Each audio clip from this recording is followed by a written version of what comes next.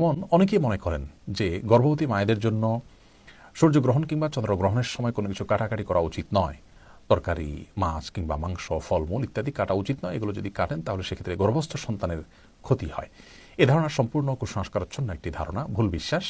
কোরআন হাদিসের কোথাও এরকমটি বলা হয়নি এবং সুস্থ বিবেক বুদ্ধিও এরকম কোনো বিশ্বাসকে সমর্থন করতে পারে না। একজন ইমানদার কখনো কুসংস্কারাচ্ছন্ন হতে পারেন না। অতএব এই বিশ্বাসটি আমাদের সংশোধন করতে হবে। সূর্যগ্রহণের সময় অন্য স্বাভাবিক যে কোনো কাজ আমরা করতে পারি, কাটাকাটি ইত্যাদি এগুলো করতে পারি, মা বোনরাও করতে পারেন, গর্ভবতী মায়েরাও করতে পারেন, কোনো অসুবিধা নেই।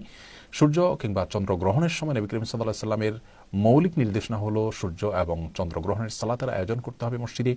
সেই সালাতে আমরা শামিল হব, আদায় করব।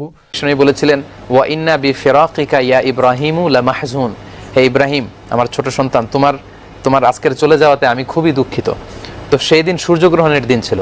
তখন সাহাবারা অনেকে বলতে শুরু করলো, দেখো বিশ্বনবী কি পরিমাণে শোক প্রকাশ করছেন, বিশ্বনবীর সাথে সাথে প্রকৃতিও শোক প্রকাশ করছে। দেখো আজকে সূর্য বিশ্বনবীর সাথে শোক প্রকাশ করছে, বিশ্বনবীর সন্তানের ইন্তেকালের কারণে প্রকৃতিও আজকে শোকাবেশ ধারণ করেছে।